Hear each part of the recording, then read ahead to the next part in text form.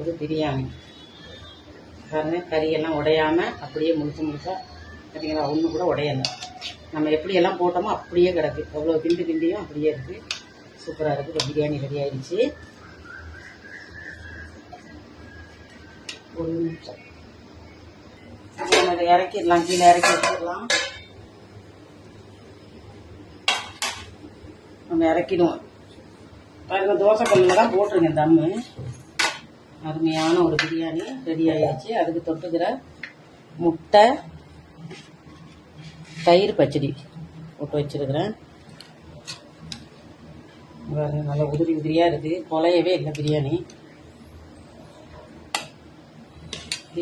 Sunday ஒரு special காடை, முழு காடை.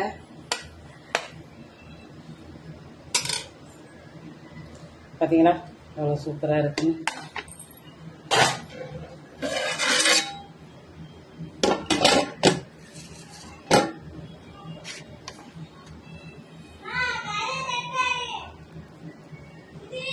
அவிச்ச முட்டை, தயிர் பச்சடி பிரியாணிக்கு. பிரியாணி ரெடி ஆயிடுச்சு. இதே மாதிரி நீங்களும் ட்ரை பண்ணுங்கள். கண்டிப்பாக ரொம்ப டேஸ்ட்டாக சூப்பராக இருக்கும்.